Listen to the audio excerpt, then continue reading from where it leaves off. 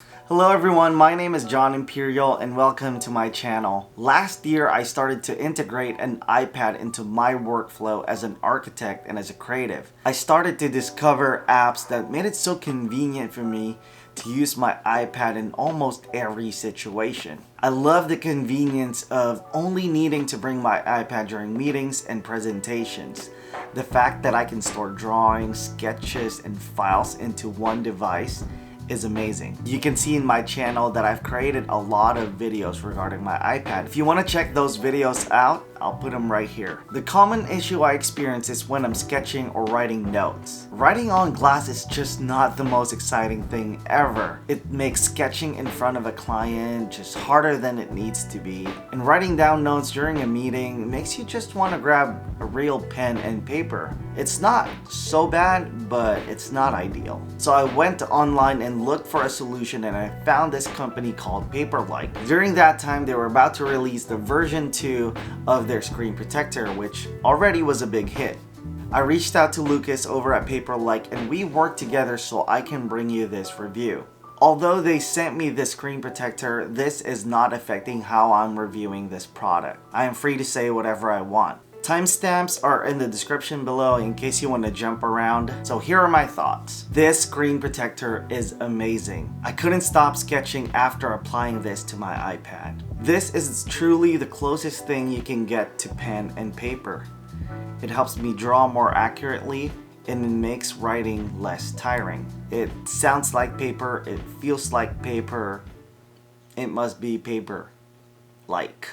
Unlike other matte screen protectors, Paperlike has a higher transparency and less display noise. They were able to achieve this using a technology that they're calling nano dot surface. That simply means if you are into media consumption, you're really not sacrificing a lot. If you don't need any further convincing and you want to buy this product, please use the link in the description below. By using that link, you are supporting my channel with no additional cost to you. I'm simply getting a little bit, enough to buy myself a cup of coffee. If you're still unsure, continue to listen. Do I recommend Paperlike and who do I think it's for? First, yes, I highly recommend it.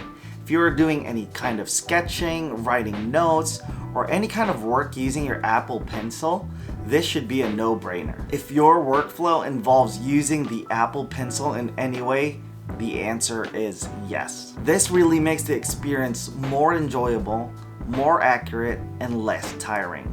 However, if your primary use for your iPad is media consumption and you do little to no work with an Apple Pencil, then I can kind of see how you would want to stay away from this. Here's how I look at this. The Paperlike gives you about 50 to 60% more productivity or ease of use when using an Apple Pencil. I think if you use your Apple Pencil a lot, you'll argue and say more, right? Like 75-80%. And I can't say I would disagree.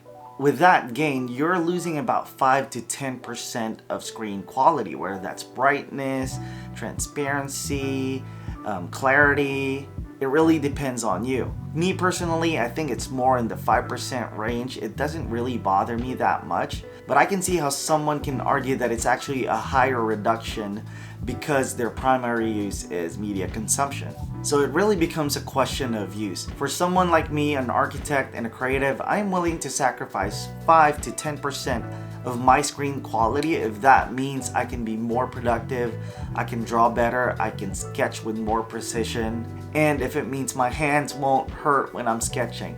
I can easily say that it's a game changer. Please know that I will only work with products that I believe in and that I will always give an honest opinion about the products that I review.